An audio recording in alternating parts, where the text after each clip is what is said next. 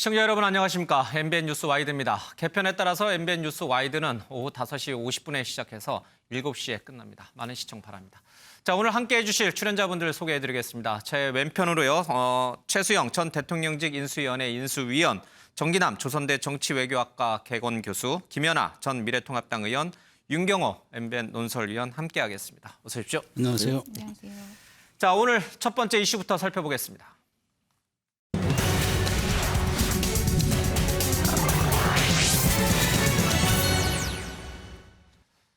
네, 어제 오늘 굉장히 정치권을 달구고 있는 핵심 이슈가 되겠습니다. 바로 이 검찰 출신 인사들이 이 비서관 또 장차관으로 대거 발탁이 되면서 정치권에서도 논란이 좀 커지고 있습니다. 화면에 나오고 있습니다만은 윤석열 정부 검찰 출신 주요 공직자 명단입니다. 인사기획관, 공직기강 비서관들부터 시작을 해서요.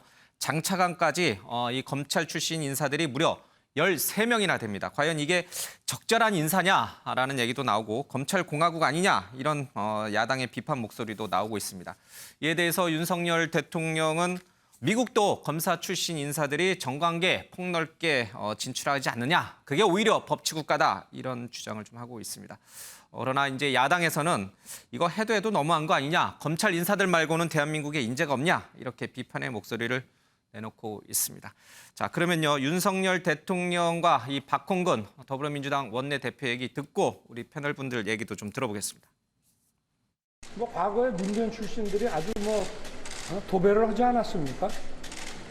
저는 선진국에서도 특히 미국 같은 나라 보면은 그런 그 거버먼트 어토니 경험을 가진 사람들이 정관계에 아주 폭넓게 진출하고 있습니다. 그게 법치국가 아니겠습니까? 대통령의 그 인사 스타일이나 인식이 심히 우려스럽습니다. 우리는 일찌감치 대통령이 검찰 총수 출신이다 보니 본인이 각계의 유능한 그 인물을 어떤 그런 그 정치적 성향을 따지지 않고 쓰실 걸로 기대를 했어요. 그래서 희롱 이야기를 하시길래 그런 점에 저 또한 공감을 했는데 지금은 자신이 알고 있고 자기야 손발이 맞고 자기가 신뢰하는 사람만 앉히겠다는 것으로밖에 보이지 않습니다. 검찰공화국, 검찰국가 되는 거 아니냐라고 염려했던 것이 대통령께서 스스로 입증하고 계신 겁니다. 최수영 의원님, 진짜 지금 박홍근 원내대표의 얘기대로 발탁해서 쓸만한 인사가 검찰 출신 말고는 없는 겁니까? 그러니까 물론 지금 한 10여 명 정도 지금 정부 13명이에요. 그러니까 정부 고위직 인사들인데, 그러니까 저는 이렇게 생각합니다. 그러니까 대통령께서 사실 정치에 입문한 지가 이제 1년 채 되지 않았고, 그다음에 이제 그 인수위 2달 기간에 딱 기간 동안 이제 사람을 이제 검증하고 그다음 추천받고 그러지 않았겠습니까? 그러다 보니까 아무래도 1년 그동안 검찰에서 대통령께서는 검찰밖에 경험이 없으시니까 그때 경험했고 그때 써봤던 사람들이 유능하고 검증되었고 충분히 나와 손발을 맞출 수 있다 생각해서 초기에 이렇게 많이 좀 기용을 한 것 같습니다. 그러나 이제 우리 국민들이 좀 우려하는 건 이런 건 아니겠습니까? 추천과 검증과 그다음에 임명 모두를 검찰 출신이 이제 앞으로 하게 되니까 혹시나 지금도 이런데 앞으로 더 편중되지 않을까. 아무리 유능하고 실력 있게 있는 인사를 한다 하더라도 그것이 국민의 상식과 눈높이에 그래도 어느 정도 맞을 때 이제 사실 우리가 감동이라는 게 국민적 동의라는 게 생기는 것 아니겠어요?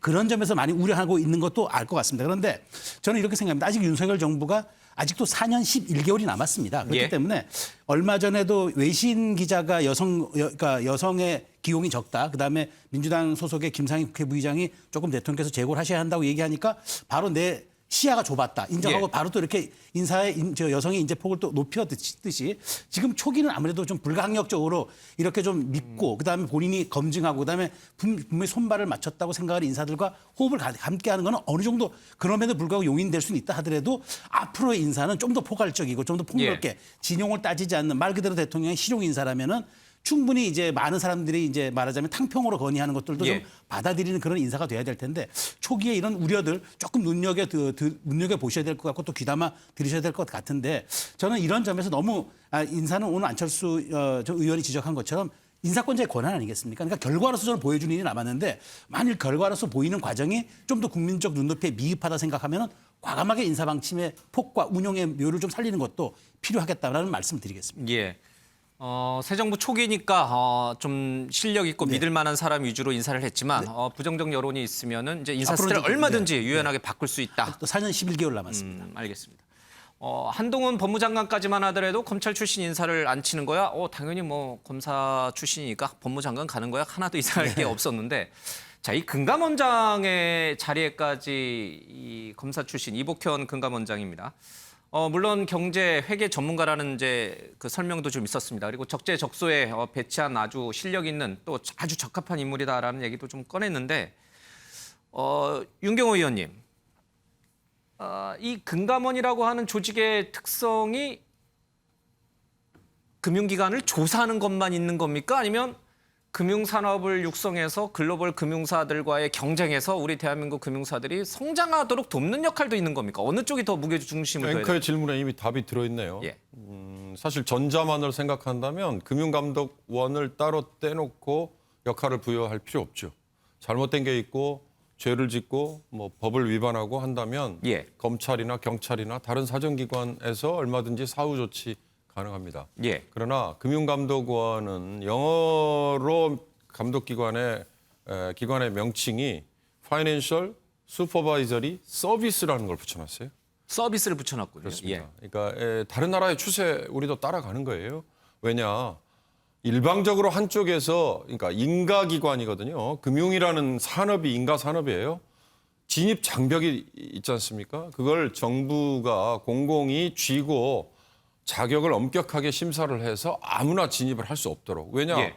명백한 피해자가 생길 수 있기 때문에. 그리고 투명성과 건전성을 유지해야 되기 때문에 금융산업의 종사자들은 또는 금융산업의 주체들은.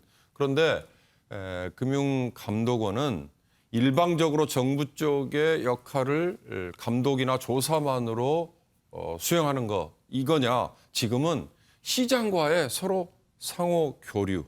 그래서 시장이 산업 발전을 위해서 금융 감독을 하는 기관이 제대로 가는지에 대해서 즉각 반응을 보인단 말이죠. 그런 점에서 이복현 신임 금감원장 지금 피지명된 검사 출신의 저분은 과연 시장에 그런 시그널을 주는 것이냐. 예. 그런 점에서 시장이 그냥 움츠러들어 버리거나 아니면 시장이 과거의 잘못도 뭐 파헤치는 거 아니야라는 쓸데없는 걱정까지도 한다거나 이러면 아마 예기치 않은 수축 현상이 생길 수 있다. 전 그 점을 좀 지적을 하고 싶습니다. 우려하는 바는 분명해 보입니다만은 그러나 윤석열 대통령은 오늘 이 기자들이 질문을 했죠. 너무 인재풀이 좁은 거 아니냐. 검찰 출신, 검사 출신으로만 하는 거 아니냐라는 것에 대해서 이 지금 금감원장 인사는 굉장히 잘한 인사다라고 오히려 강조하셨고 미국의 예를 좀 드셨어요. 실제로 미국 같은 경우는 이제 검사 출신들이 정관계에 많이 포진해 있거든요. 김연아 의원님은 어떻게 보세요? 지금 김기식 그 문재인 정부에서 초대 금감원장에 임명됐다가 뭐 낙마하시긴 했습니다만 그분도 호불호를 떠나서 지금 이복현 금감원장은 굉장히 적합한 인물이다라는 평가를 내놨거든요. 그러니까 너무 이렇게 색안경 끼고 검사 출신이라고 그렇게 보는 건 또 아닌지. 그러니까 이복현 금감원장 지금 지명자만 보고 딱 그분만 본다면 저도 굉장히 적재적소에 능력 있는 인사라고 생각이 됩니다. 금감원장 자리에 맞는 분이다. 네. 그리고 이제 지금 대통령께서 라임이나 옵티머스 수사 관련된 지난 정부에서의 어떤 금감원의 부진한 역할에 대해서 굉장히 또 걱정하셨고 법무부 장관 역시 법무부에서 증권범죄수사 합동수사단을 다시 부활시키면서 이 부분에 대한 수사를 강조했던 측면에서 보면 윤석열 정부 초반기에 어디에 포커싱이 맞춰질 건지를 좀 예측할 수 있는 부분은 된다고 생각이 됩니다. 근데 전 그럼에도 불구하고 정권 초기이니까 또 검찰총장, 검사 출신 대통령이다 보니까 자기가 아는 사람, 믿을 수 있는 사람, 검사로 주요 인사를 기용한다라고 하는 국민적 이해가 어느 정도는 있을 것 같은데 지금 전체적으로 보면 이복현 금감원장뿐만이 아니라 다른 분들하고 총체적으로 봤을 때 국민들이 이제 믿고 그렇게 생각하시기에는 점점 임계점에 오는 게 아닌가라는 생각이 됩니다. 결국 일반 공무원들 중에서도 법에 대한 해석이라든가 법치주의의 적용 이런 것들에 아주 능숙한 관료들이 있습니다. 그리고 저는 예. 전문가 그룹에서도 분명히 그런 사람이 있을 수 있을 것 같은데요. 오히려 검사 안에서 경제나 금융을 아는 사람 창법 방법도 필요하지만 일반 금융경제 전문가들 중에서 이런 법 감시나 이런 것들을 잘할 수 있는 노력이 과연 있었는가라고 보면 저는 이제 대통령도 조금씩은 국민과 야당의 반발에 대해서 좀 대비하셔야 될 것 같다. 예. 그런 생각 해봅니다. 글쎄요, 이렇게 조금 유연해지실지 아니면은 이것이 오히려 법치 국가가 아니냐라는 그 강경한 입장을 계속 유지해 가실지는 좀 봐야겠습니다. 그러나 윤석열 대통령에게 항상 이렇게 강한 면모만 있는 건 아닙니다. 화면 함께 보시면은 그 이유를 알 수 있을 것 같습니다. 보겠습니다. 좀 물어놨어요 여기? 냉장고만 있으면 중요하지. 왜 컵라면도 좀 갖다 놓고 여기? 취임하시고 기자들 돼지고기 김치찌개 끓여주신다고 하셨잖아요. 여기서 올까 여기서? 좋아요. 기자실에 자주 가신 분이 김대중 노무현 대통령 두 분인데 5년 임기 동안에 100회 이상을 가셨더라고요. 당선인님도 그럼 한 달에 2번 정도는 저희 꼭 만나주시겠다 이 말씀이십니까?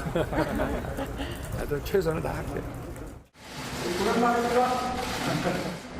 여러분 지금 집에 창문이 흔들리고 마당에 나뭇가지가 흔들리는 거 못 느끼십니까? 지금 우리 경제 위기를 비롯한 태풍 권역에 우리 마당이 들어와 있습니다. 반도체는 국가 안보 자산이자 우리 산업의 핵심이고 전체 수출액의 20%를 차지하는 우리 경제의 근간입니다.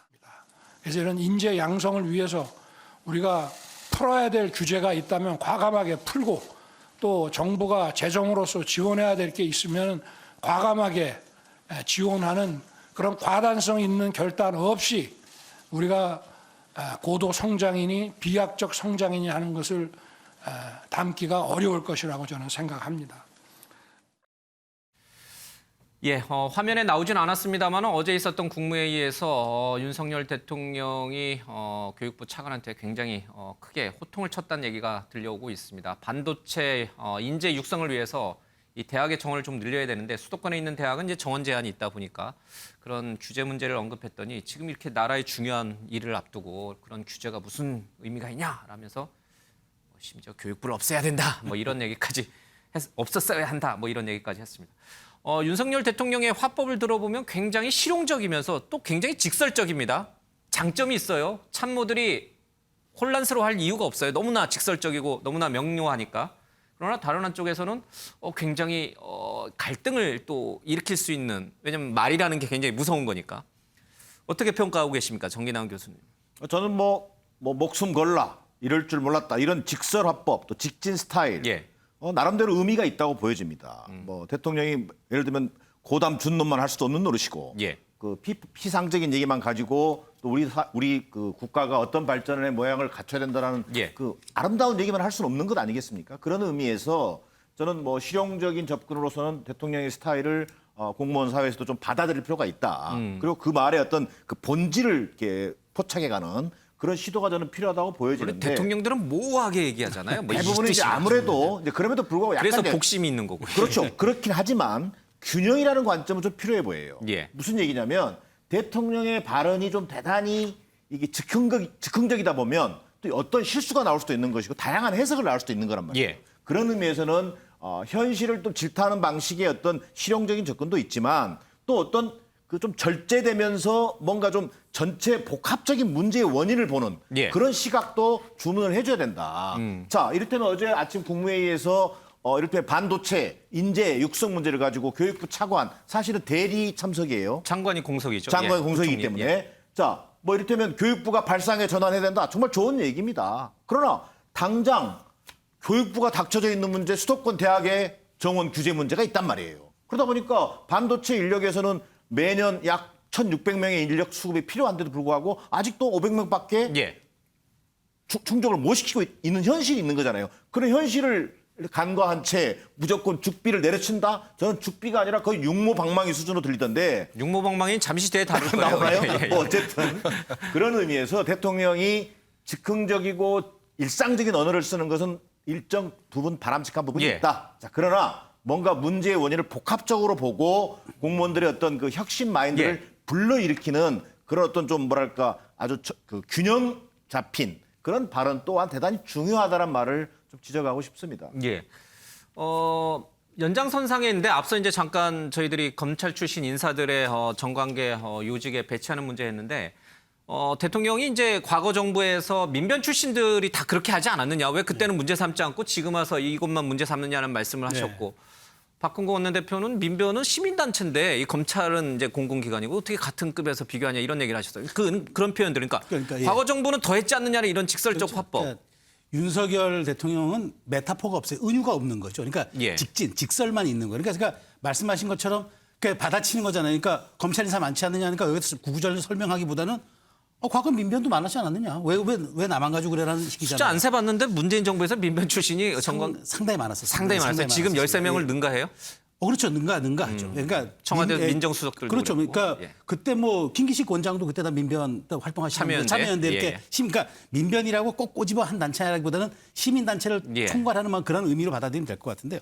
저는 어쨌든 그렇게 해서 대통령이 이렇게 직설 합법을 하시는 것들이 사실 어떻게 보면은 갈등을 좀 조정하는 데 조금 좀 예. 부족한 점은 있을 수 있으나 그러나 해석의 여지를 자르고 그다음에 실용적인 것으로 가기에는 대통령의 언어가 저는 굉장히 우리가 보기에 리더십의 언어가 좀 차별되는 것 같아서 좀 지켜볼 만하다 이렇게 생각합니다. 알겠습니다. 자, 다음 이슈로 가겠습니다.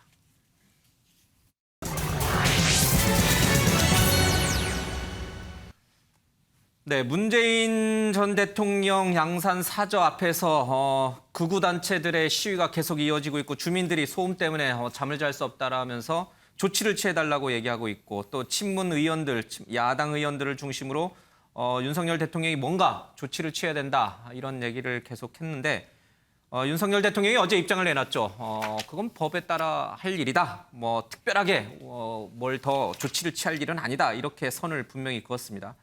여러 가지 이 문제로 인해서 정치권에서 공방이 좀 오고 가고 있습니다.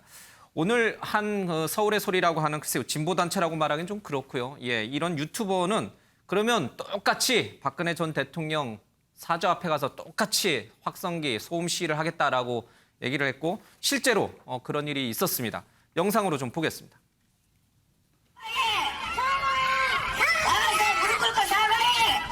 고통스러워하는 모습을 보면서 우리 그것을 그동안 이 가슴속에 멍들었던 것들을 바람은 단두대에 세워갖고 예, 대통령이 그 시위하는 집 앞에서 시위하는 거 한 말씀 아니에요? 시위 앞에 하고 있는 거. 예, 뭐 불편합니다.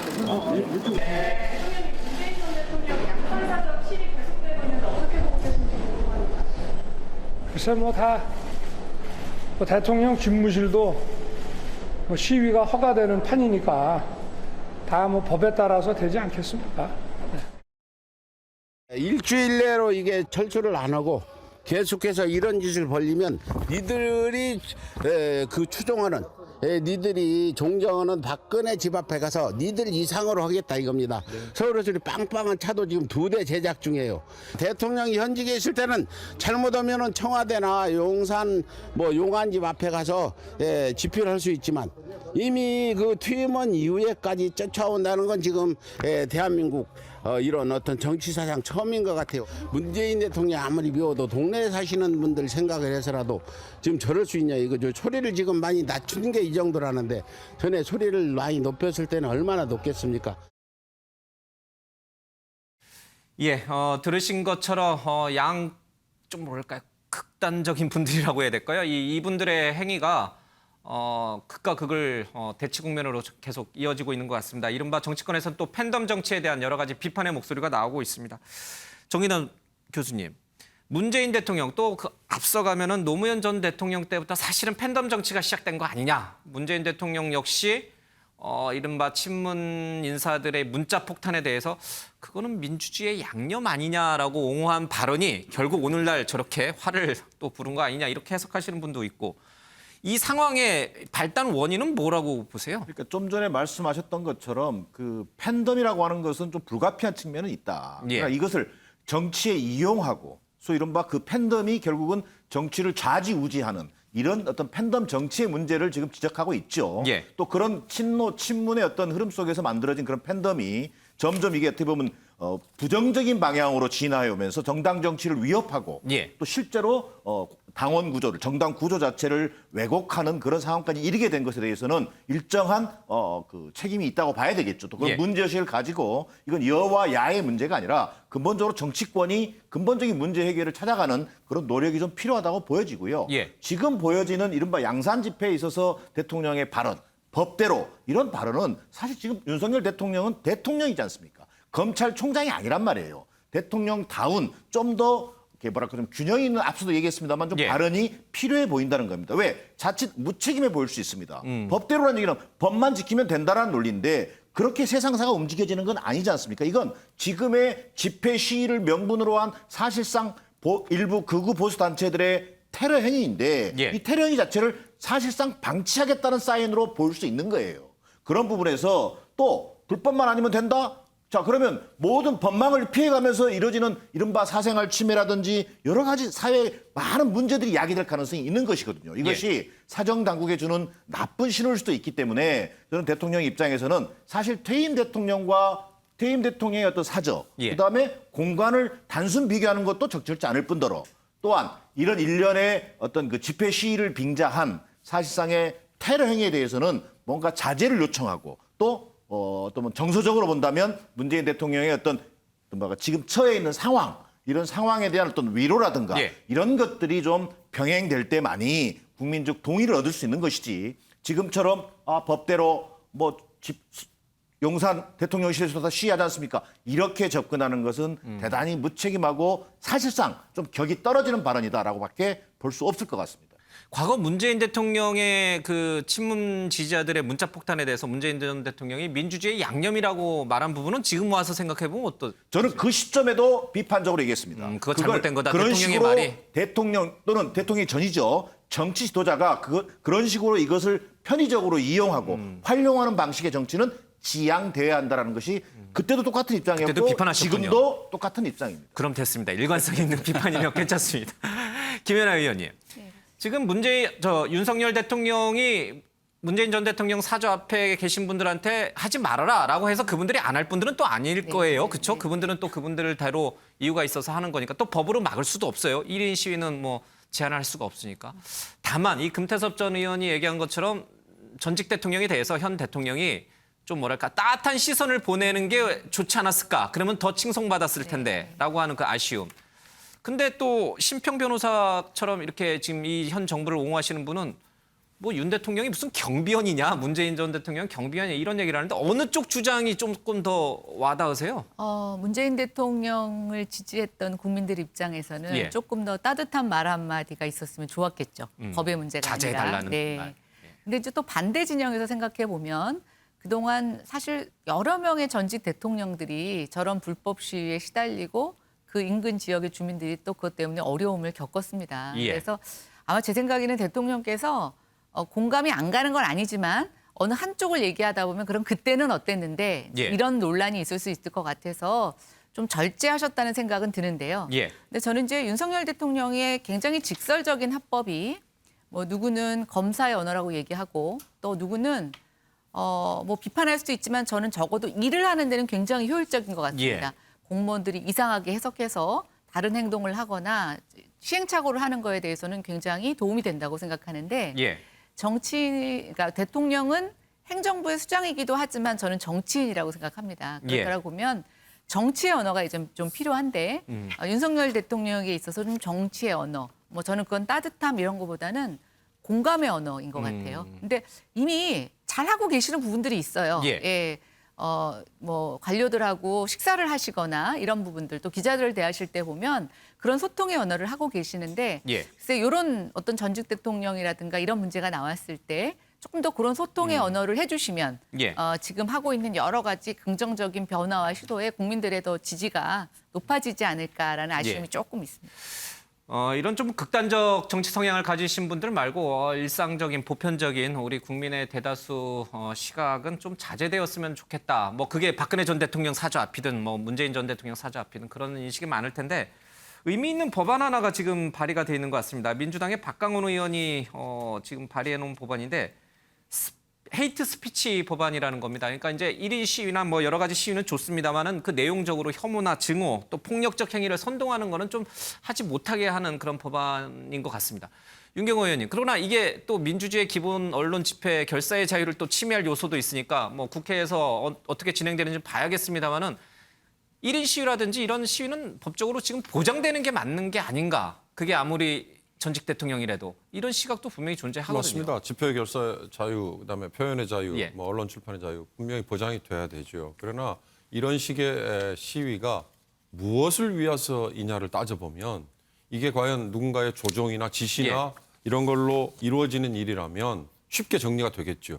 그러나 그게 아니고 아까 앵커도 얘기했고 다른 패널들도 말씀하셨습니다만 뭐 상업적인 목적이라든지 아니면 그저 상업적인 상대를 목적이라면 유튜브 방송을 뭐 통해서 예를 들어서 그런 벌어내는 거일 수 수익, 돈. 있고요. 예. 아니면 상대를 그냥 괴롭히는 것만으로 본인이 뭔가 만족을 느끼는 거라면 이런 외부적인 강제가 불가피하다. 무슨 얘기냐?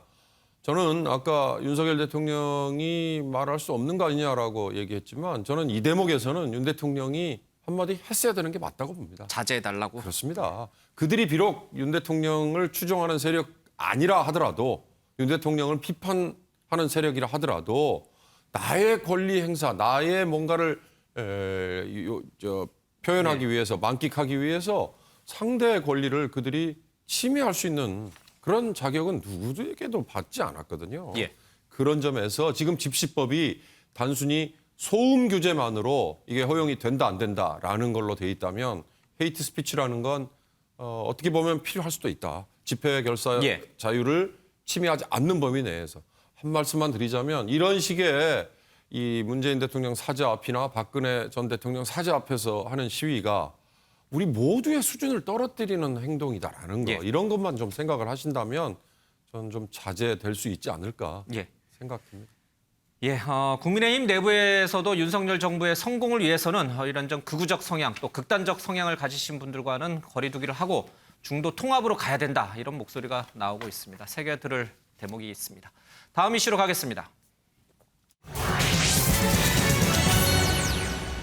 자, 오늘 이명박 전 대통령의 사면 얘기가 나오고 있습니다. 이명박 전 대통령이 지난 3일 건강 문제로 형 집행정지 신청을 내렸습니다. 지난해 한 번 했다가 거절을 불허가 됐죠. 그리고 두 번째 재정 신청인데 과연 이 검찰이 판단할 문제입니다. 수원지검에서 결정을 할 문제이긴 합니다만은 통치권자인 윤석열 대통령이 과거 대선 후보 시절에 이제는 좀 댁으로 돌아가실 때가 되지 않느냐 이런 사면 가능성을 언급한 터라 광복절 사면 얘기도 좀 나오고 있습니다. 관련된 영상 보겠습니다. 뭐 이명박 대통령도 박근혜 대통령보다 더 고령이시고 건강 상태도 좋지 않으신 거로 알고 있는데 이 부분에 대해서는 현재의 여론조사만을 가지고 판단할 것이 아니라 미래의 국민 통합을 위해서 대통령에게 이런 고권적인 판단 권한을 준 게 아닌가. 그래서 그런 각도에서 판단을 해야 된다고 저는 생각합니다.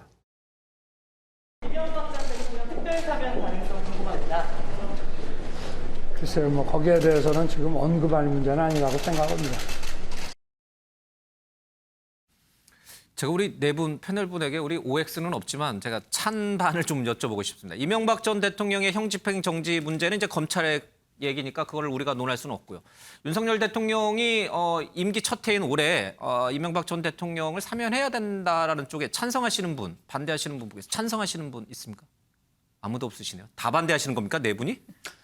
뭐 이 얘기를 좀 잠깐 듣겠습니다. 그러니까 왜요? 뭐 반대라기보다는 형 집행 정지와는 별개로 저는 봐야 된다는 겁니다. 그러니까 대통령의 그 사면은 고도의 정치행위입니다. 통치행위입니다. 그러니까 그렇기 때문에 대전제가 필요합니다. 국민 공감대. 그러니까 통치행위이기 때문에 이게 법률로 부여된 거지만 사실은 그걸로 인해서 국론이 분열될 수도 있고 국민이 갈등할 수도 있습니다. 그렇다면 여기에 대한 대전제는 분명히 국민 공감대라는 게 있다 그러면은 그 지금 형 집행 정지는 그 요건만 되면 되는 겁니다. 뭐 내가 고령이라든지 80세 아프다든지 이상이거나 이런 거는 충족되면 이제 수원지검이 판단하면 될 문제인데 저는 사면에는 이거를 연동시켜서 아마 이 많은 분들이 아마 형 집행 정지로 나왔다가 8월 15일 날 뭐 사면되지 않을까를 얘기하는데 박근혜 전 대통령처럼. 그렇죠. 예, 예. 이렇게 연동시키는 건 저는 부적절하다고 생각하는 예. 겁니다. 그러니까 이거는 올해 안에 대통령께서 잘 말씀하셨어요. 그거는 좀 너무 이른감이 있고 지금 논의할 단계는 아니다. 저는 충분한 논의 과정도 참모들과 논의 과정도 거치고 더더군다나 거기에서는 그 여론 수렴 과정도 저는 거쳐야 된다고 봐요. 12월 달에 하셨던 말씀은 대통령 후보로서 하신 말씀이고 지금은 대통령입니다. 그러니까 지금은 국민 통합, 국민 대통합, 갈등 조정 다 중요하지만 예. 보다 더 윤석열 정부의 정체성을 드러내는 게 전 더 중요하다고 봐요. 그런 점에서 너무 서두르면은 저는 그것이 오히려 독이 될 수도 있다. 그런 말씀을 드리는 겁니다. 김연아 의원님, 윤석열 정부 초대 내각 구성안이 나왔을 때 이거 MB 정부 사람들을 왜 이렇게 많이 쓴 거야? MB 정부로 돌아가는 건가? 라는 얘기가 나올 정도로 이명박 전 대통령의 측 인사들이 많이 현 정부에 포진하고 있습니다. 그분들 입장에서 보면은 대통령을 설득하야겠다라는 생각을 많이 할 거예요. 근데 네 분 다 반대하는 걸 보고 제가 사실 조금 놀랐습니다. 김연아 의원께서는 MB 정부에 있었던 몸담은 사람들이 현 정부의 요직에 지금 다시 복귀하는 상황에서 윤석열 대통령이 과연 사면을 안 할 거라고 보세요? 저는 지금 대통령 측근에 계신 분들, 과거 MB 정부 때 예. 주요 강요를 하셨던 분들이 MB 대통령의 사면을 요구하는 거는 지극히 인간적으로 저는 당연한 일이라고 그럼 생각해요. 뭐 당연하죠. 네, 예. 그리고 워낙 지금 고령이시고 또 건강도 안 좋다고 하니까 예. 저는 뭐 그거 자체를 우리가 비난할 필요는 없다고 생각이 됩니다. 근데 이제 윤석열 대통령 입장에서는 지금 경제가 너무 안 좋아지고 있어요. 본인이 지난번 6.1 지방선거 대승에 대해서 기자들이 묻는 질문에도 지금 이제 태풍이 곧 다가온다고 얘기하고 있죠. 그리고 이제 문재인 대통령 사저에서 집회 시위를 보더라도 저는 여전히 국론이 분열되어 있습니다. 그래서 이 사면이라고 하는 거는 정말 고도의 정치적인 행위이고 예. 저는 그거에 대해서는 대통령이 뭔가 반대가 있든 본인이 결정하시면 되는 일인데 그러는 반대를 무릅쓰고도 지향하는 목표가 있어야 된다고 생각해요. 예. 뭐 국민 통합이라든가. 근데 그런 것에 대한 논의 없이 밑에 측근들이 MB 대통령하고 친해서 또 지금 형 집행정지를 신청해서 그에 떠밀려서 한다 그러면 저는 오히려 그것이 효과도 안 좋고 예. 또 MB 대통령도 그런 식의 사면을 원하시지는 않을 것 같다는 생각이 진짜요? 들어서. 원하실 것 같은데. 지금 예. 당장 사면되길 원하실 것 같은데. 근데 이제 예. 형 집행 정지로 일단 좀 몸을 추스리실 수 있는 기회는 되니까. 그래서 저는 이제 약간 개인적인 감정과 또 지금 전반적으로 대한민국 경제가 놓인 여러 가지 상황으로 봤을 때 뭐 대통령의 어떤 신중한 접근 저는 뭐 존중해 드리고 싶고 그 얘기는 사면을 안 하겠다는 얘기로도 안 들립니다. 저는. 예. 다만 이제 지금 이제 기자들하고 출근하시는 인사상에서 그렇게 형 집행 정지 때문에 본인이 가볍게 논할 예. 얘기는 아니다 이렇게 얘기하신 것 같아서 저는 그렇게 해석하고 싶습니다. 너무 편안한 말씀을 자주 하시지만 그게 오히려 또 약간은 좀 오해를 살 수 있는 대목도 있다. 굉장히 뼈 아픈 얘기를 좀 해주신 것 같습니다.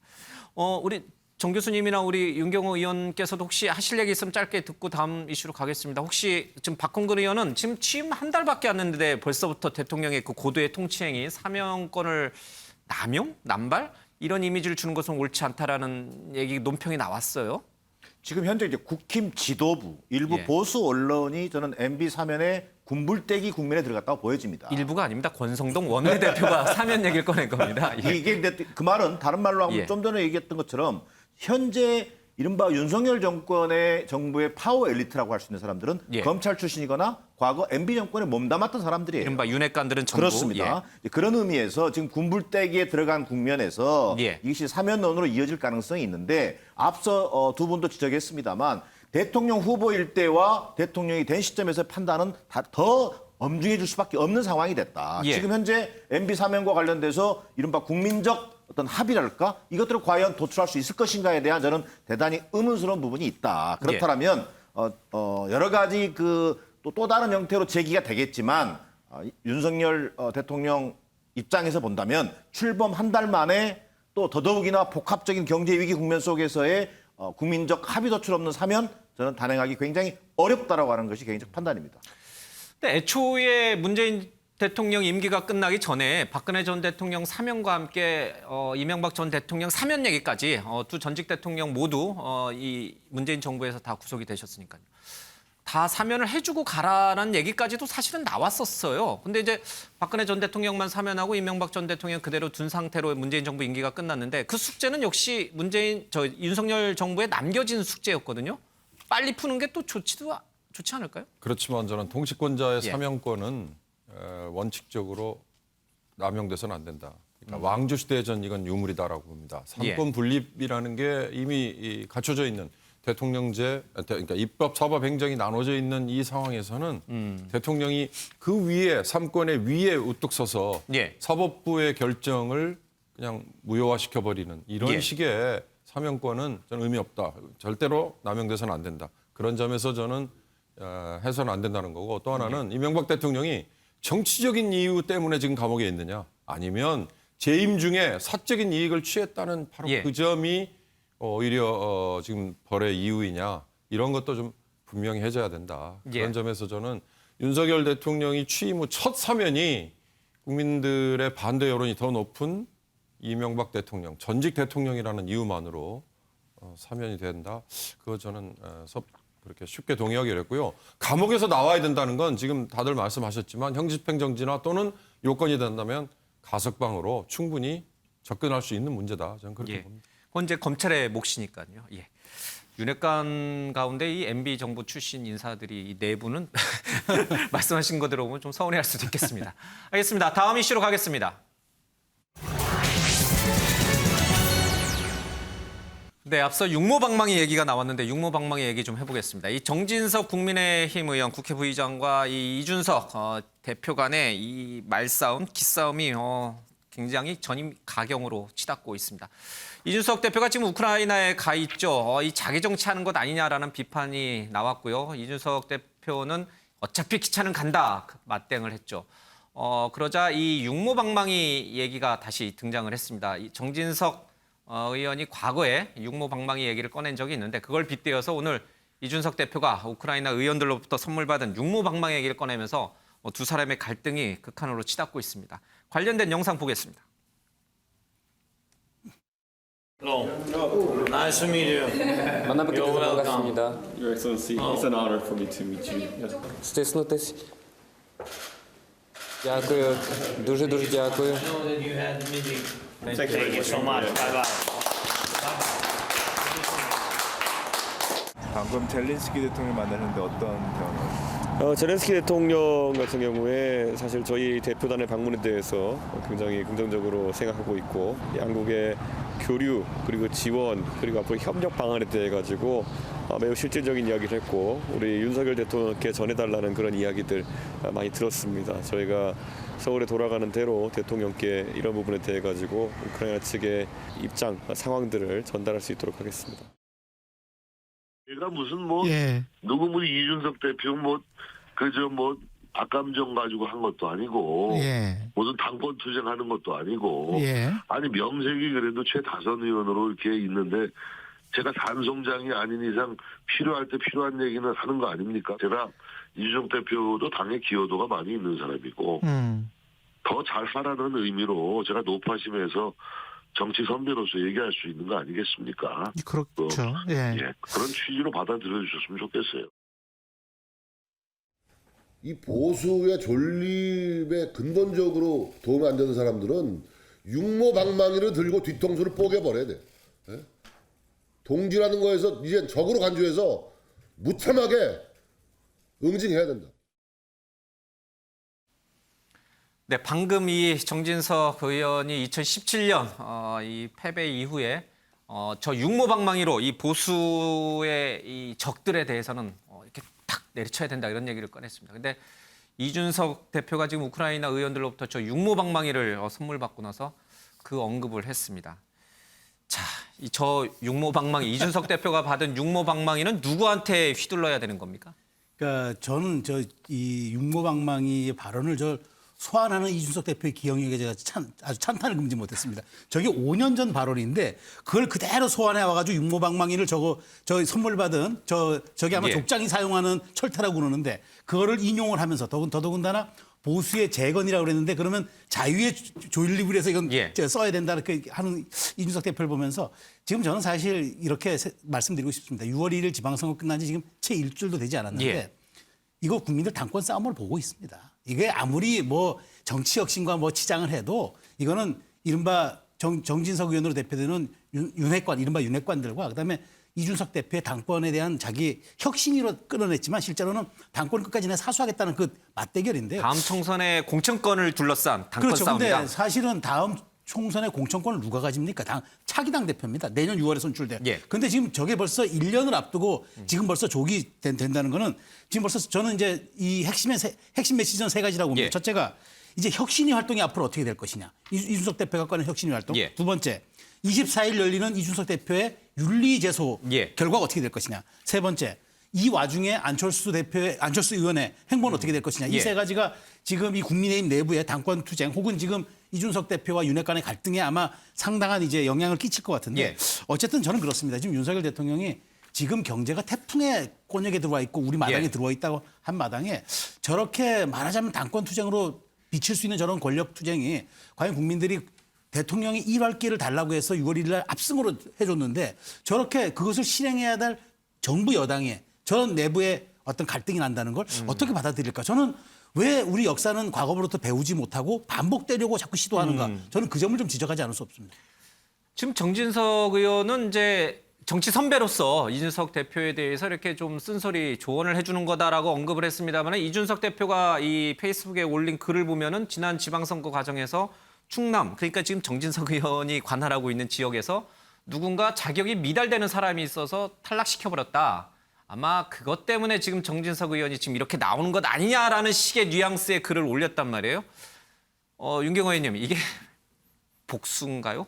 이 육모방망이 얘기를 꺼낸 거는 일종의 정진석 의원이 저런 맥락에서 꺼낸 거라는 어떤 상징적인 이준석 대표의 대반격인가요? 그렇게 특정인을 겨냥해서 지금 우크라이나까지 갔는데 예. 글을 올린 거다라면 이준석 대표는 정말 고도의 국내 정치에만 신경을 쓰고 저기 간 건 그야말로 쇼잉밖에 안 되는 거잖아요. 예. 그러니까 지금 저 정진석 대표가 되받아치면서 도대체 우크라이나 왜 간 거야라고 얘기를 했잖아요. 많은 분들도 우크라이나 왜 간 거냐라고 사실 의아하게 생각해요. 그러니까 우크라이나라는 지금 러시아와 싸우는 예. 저기가 단순히 피해 당사자, 그다음에 인도적인 차원에서 어떤 정의와 부정의의 예. 한쪽에 있는 당사자, 뭐 이런다면 정말 쉬워요. 과거 스페인 내전 때 유럽의 젊은이들이 지성을 내세우면서 프랑코 독재자를 향해서 뭐 인민 용병 예. 뭐 이런 거 할 때처럼 그런 식의 지금 한쪽의 입장에 설 수 있는 상황이냐. 그렇다면 이준석 대표의 저 이번 우크라이나 방문은 굉장히 의미가 있을 수 있는데 예. 그렇게 간단하지는 않거든요. 러시아와 우리가 지금 교역을 하는 양이 1년에 100억 불이 넘습니다. 그러니까 저렇게 시원하게 우크라이나 가서 한쪽 편들고 왔을 경우에 집권 여당의 대표가 한 행보가 그다음에 러시아와의 관계에는 또 어떤 후폭풍을 예. 가져올 건가 이런 거 생각할 때인데 그건 다 뒷전에 가 있고 오히려 저기 가가지고 정진석 이라는 예. 윤핵관의 새로운 어떤 대행자를 상대로 저렇게 싸움을 한다. 이게 이미 뭐 최수영 교수가 얘기하셨습니다. 최수영 컨설턴트 얘기하셨습니다만 이게 당권 싸움이라면 그렇다면 6월 1일 날 정말로 국민이 밀어준 그 지지 그 무너지는 거 한순간이에요. 사실 눈살 찌푸리게 만든다면 이제 저는 지난번 대선에 5년 만에 이게 바뀌는 거를 국민이 맛봤고 그다음에 불과 바로 치러진 다음 선거에서도 또 이렇게 쉽게 여론의 향배가 바뀐다는 거는 그만큼 여론 국민의 지지가 쉽게 바뀔 수 있다는 거를 얼마든지 보여준 거다. 이준석 대표와 정진석 의원이 그걸 간과한다면 예. 아마 큰 매를 더 맞을 것이다. 저는 조언을 하고 싶습니다. 권성동 원내대표는 지금 이런 어떤 정진석 의원과 이준석 대표 간의 이런 갈등을 권력 투쟁으로 보는 시각에 대해서 이제 좀 불편하신 것 같아요. 그게 아니다. 이게 뭐 서로 이제 잘 되자고 쓴소리 좋은 소리 다 하는 거다라고 얘기를 하고 있는데 정기석 교수님 어떻게 보세요? 이렇게 정계당 교수님 어떻게 보세요? 이 좀 저기 한 발짝 떨어져 있는 위치에 있으니까 누구 말이 더 맞는 거예요? 제가 볼 때는 이제 권성동 의원의 우려가 전달된 거죠. 예. 이른바 이게 자칫 심지어는 이 당대표 그다음에 정진석 의원 하는데요. 예. 의원이기도 하지만요. 최다선의 국회 부의장이에요. 지금 유력한 국회의장 후보죠. 예. 물론 그렇습니다만 국회 부의장이었고 전반기에 예. 그다음에 유력한 또 윤핵관 그룹의 어떻게 보면 좌장 역할을 하고 있단 말이에요. 그러다 보니까 이 두 사람 간에 결국은 어떤 일이 벌어져요. 심지어는 오늘 드디어 개소리, 적반하장 이런 얘기까지 나왔단 말이에요. 예. 이런 벌성사하는 모습이 연출되고 있고 또 그 표면적으로는 그런 어떤 SNS상에 무슨 그 거친 표현이 오간다고 하지만 그 본질적으로는 차기 당권을 둘러싼 주도권 싸움이다라고 하는 것이 일반 국민들도 다 아는 상황이 돼버렸단 말이에요. 예. 이것이 이렇게 흘러가니까 결국 권성동 의원 입장에서는 권력투쟁적 시각을 좀 걷어내고 이게 선배가 좀 후배 정치인에게 예. 하는 그런 정도 얘기로 지금 치부하려고 하는 겁니다. 그러나 이게 설사 내일인가요? 내일 아마 이준석 대표가 복귀합니다만 24일 날 있는 윤리위 개최, 이른바 이준석 대표의 상납 의혹과 관련된 징계 여부가 어떻게 결정되는지, 그다음에 또 혁신위를 지금 구성하겠다고 하겠는데 혁신위의 구성 면면이 어떻게 되는지에 따라서 이 갈등이 그냥 권력투쟁이 아닙니다라고 해서 그치는 것이 아니라 오히려 완전 활화산이 돼서 어떤 원래 지금 권력을 잡은 집단일수록 세력일수록 집안 싸움은 더 크게 벌어지기 마련이거든요. 그런 형국으로 치닫을 가능성이 굉장히 커 보인다는 것이 제 생각입니다. 알겠습니다. 자, 이렇게 본인은 공천 혁신위를 띄웠습니다마는 또 뒤로는 이른바 당협 쇼핑, 그러니까 이 지역 저 지역 돌아다니면서 당협위원장을 낚아채는 것을 빗대어 말하는 것인데요. 이런 행보를 보이고 있다라는 게 이른바 이 윤핵관에 계신 분들, 또 지금 당권을 쥐고 있는 분들, 아니 당권이 아니라 뭐라 그래야 되죠? 좌진석, 우성동 그쪽에 계신 분들의 생각인 것 같습니다. 정미경 지금 이 분당을 당협위원장 내정된 것과 관련된 영상 보고 조금 더 이어가겠습니다. 공천개혁 혁신위에 대한 이야기가 나오자 정진석 전 국회 부의장께서 정미경 최고위원님께서 분당을 당협위원장으로 내정된 것 이 자체를 당협 쇼핑이다 이런 표현을 쓰시면서 비판을 하셨지 않습니까? 저는 진짜 왜 그런 얘기를 이게 주목받는지 모르겠고 왜 이렇게 얘기를 하시는지 잘 모르겠어요. 왜냐하면 지금 지도부 중에요. 최고위원들 중에 지역구가 없는 사람이 저예요. 유일해요. 그래서 저는 국회의원이 아니잖아요. 지난번에 이제 그 당에서 공석이 된 지역에 서초가 나왔었어요. 당협위원장 공모가 났었는데 제가 그때 지원을 했어요. 그런데 조직 강화 특별위원회에서 심사하고 면접하고 했는데 제가 떨어졌어요. 그래서 또 이제 기다리고 있는데 이번에 또 이제 또 공모가 났어요. 몇 개 지역이. 그래서 제가 보고 이제 분당 을 지역에 또 이번에 또 지원을 했어요. 이번에는 합격을 한 거예요. 근데 이걸 갖고 왜 무슨 이렇게 얘기하는지 정말 이해가 안 되고요. 김현우 의원님, 이게 당협 쇼핑이냐 아니냐 이제 정미경 최고위원은 또 나름 이제 하실 말씀 분명히 있는 것 같아요. 지금 들어봤습니다만 이제 그걸 떠나서 지금 당내 핵심이라고 하는 이제 윤 대통령의 핵심 측근이라고 불리는 이제 좌진석, 우성동, 그러니까 정진석 의원과 이제 권성동 원내대표가 있는데 두 분의 싸움과 이준석 당대표의 이 기싸움은 제가 이런 말씀을 여쭤봐도 지금 판세는 어떻게 어느 쪽으로 더 기울어 있어요? 누가 더 힘이 센 거예요? 누가 봐도 대통령과 가까운 그룹이 훨씬 세 보이긴 하는데. 글쎄요, 싸움은 끝을 봐야 알겠죠. 몰라요? 장갑 벗어봐야 됩니까? 근데 이제 많은 분들이 지금 당권 경쟁이다, 또 총선에서의 어떤 공천권을 확보하기 위한 거다 이렇게 말씀하시잖아요.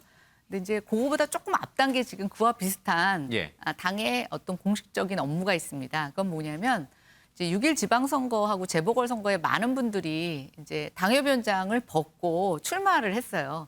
근데 그 출마한 사람들이 다시 당협위원장으로 복귀하는 경우는 굉장히 드뭅니다. 그러다 보니까 지금 당협이 엄청나게 빈자리가 많이 난 거예요. 쇼핑할 수 있는 거군요. 잘만 찾아보면. 그래서 이제 쇼핑이라는 단어가 저 적절한지는 잘 모르겠지만 지금 그래서 중앙당에서는 그 자리가 나오는 대로 3개, 7개씩 계속 지금 당협위원장을 신규로 공모를 하고 있습니다. 근데 당협위원장이 2년 뒤에 꼭 공천을 받는 것은 아니지만 이제 내년에 치러질 당대표 선거에서도 일종의 이제 조직적 힘을 보여줄 수 있는 주체가 될 수 있고요. 또 당협위원장으로서 열심히 활동할 사람은 2년 뒤에 공천을 받을 가능성이 그만큼 높습니다. 그렇게 보면 사실은 당권 경쟁이라고 단언적으로 얘기하시는 분들 얘기가 전혀 틀린 거는 아니라고 생각이 됩니다. 그러나 이제 어차피 지금 당협이 비어 있어서 내부적으로 채워야만 하고 이 채우는 관계에 누구 사람을 채우느냐 갖고 약간의 알력은 있는 것 같은데요. 제가 이제 저 모습을 보면서 아이고 이긴 정당도 저 모양이니 진 정당은 더 하겠구나. 그래서 최근에 민주당의 비대위를 꾸리는 모양새나 또 친문, 친명 간의 좀 날선 공격들을 보면서 정치는 이렇게 끊임없는 다툼과 또 권력을 찾기 위한 싸움이 계속 이어지는 게 아닌가라는 생각이 들고 다만 국민들의 시각에서 보면 아니 무슨 배부른 소리냐. 여긴 이겼는데 그렇고 또 진 데는 또 지면은 진대로 반성해야지 왜 그러나 이런 말씀을 하실 수는 있을 것 같습니다. 김현애 의원께서도 이제 정치에 몸담으시고 지금도 계시니까 그 이제 정치의 약간의 그런 속성을 보신 거잖아요. 네. 계속 정치하실 생각이 있으신 거예요? 저 모습을 보면서? 근데 저는 그렇게 생각해요. 저 모습이 싫어서 떠나면 저 모습만 남습니다. 저 모습을 싫어하는 사람들이 남아서 저 모습을 바꿔야죠. 저는 그런 측면에서 지금 버티고 있고 바꾸려고 노력하고 있습니다. 알겠습니다. 자, 다음 이슈로 가겠습니다.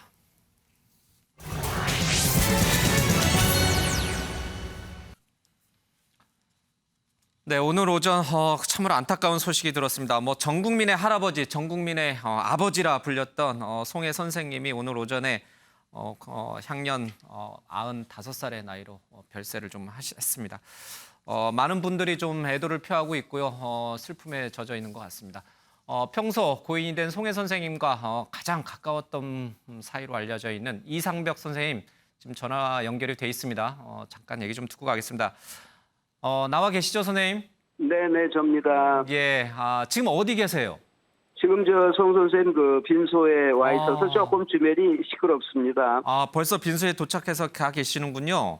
네네, 이제 많은 후배들이 와 계시고, 문광부 장관도 다녀가시고, 정재계 이 양반이 워낙 폭넓게 활동을 하신 분이라서, 많은 분들이 오시네요. 예.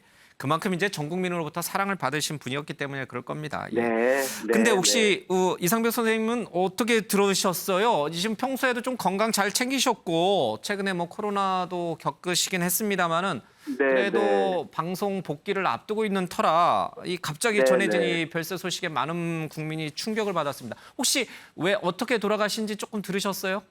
네, 저도 병원을 근래 좀 몇 번 드나드는 모습을 보면서 이 양반이 기력이 많이 떨어지시는구나 하는 생각은 했는데 이렇게 급작히 돌아가실 줄은 몰랐습니다.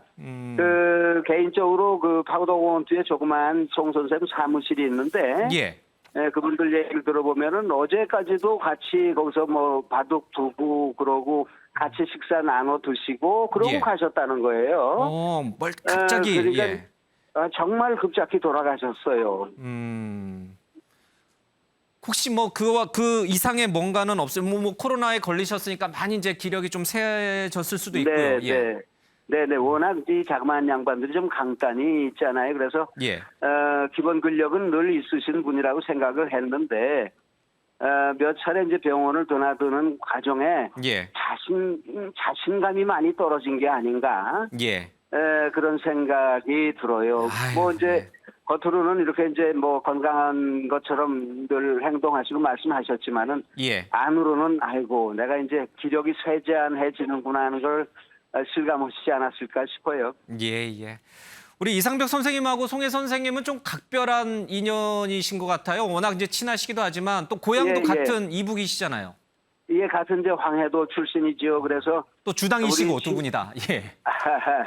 우리 실향민끼리는 우리들만의 특별한 언어가 있어요. 그래서 이렇게 이제 술 한 잔을 함께 하게 된다든지 그러면 때로는 밤을 새워서 얘기를 나눠도 모자랄 만큼 그렇게 이제 정말 나는 또 우리 돌아가신 선친하고 연세가 똑같아서 송해 선생님이 정말 아버님 같은 심정으로 이분을 섬겼다고 해도 과언이 아니고요. 근련에 함께 송해 나팔꽃 인생이라는 테마를 가지고 전국 순회 공연을 했는데 한 3년 모시고 다니면서 이 양반의 진면목을 본 것은 무대 이제 한쪽에 이렇게 이제 등퇴장하는 문이 있잖아요. 그 공연 30분 전쯤에 꼭 의자를 놓고 거기서 묵상을 해요. 늘 눈을 감고 계세요.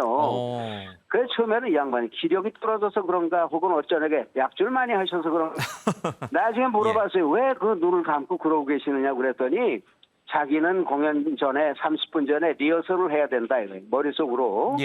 그래서 이거 매일 하는 건데 그것도 한두 해도 한 3년째 하고 있는데 무슨 리허설이 필요합니까? 그랬더니 나는 전국 노래자랑도 그저 늘 그저 현장 가서 하는 것 같지만은 전날 가서 준비하고 무대 올라가기 직전까지 꼭 자기는 묵상을 하면서 리허설을 한다 그래요. 그래서 예. 그야말로 명불허전이라고 훌륭한 분들은 그럴 만한 다 그 이유가 명불허전이라고 하잖아요. 예. 그 이유가 있구나. 참 그런 점은 같은 분야의 후배로서 참 존경스러운 한 부분이었죠. 예.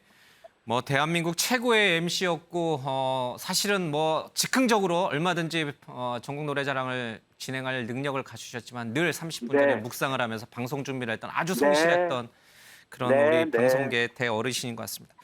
마지막으로요. 이상벽 선생님은 우리 송혜 선생님이 국민에게 어떻게 기억되길 바랍니까? 또 우리 국민은 어떻게 송혜 선생님을 기억하고 있어야 할까요? 예, 우리 나름 공통적인 정서가 근면성실인데 그것을 일생 동안 실천하신 분이에요. 흔히 이제 무대에 서시는 분들이 나는 무대에서 죽으리라 이렇게 늘 다짐들을 하시는데 이 양반이야말로 마지막 일각까지 정말 혼신을 기울여서 무대를 지켜내신 분이 아닌가 하는 생각이 들어서 이제 부지런히 달려온 이제 한 인생을 마치었으니까 저승 가시거든 좀 쉬십시오. 이제 좀 일 놓으시고 쉬십시오. 그렇게 부탁을 드리고 싶습니다. 예. 참 열심히 사신 분이에요. 이런 분은 정말 좀 더 많은 세월을 우리가 모시고 함께 이분을 통해서 즐거움을 우리가 서로 공유할 수 있어야 되는데 하는 아쉬움이 듭니다. 예.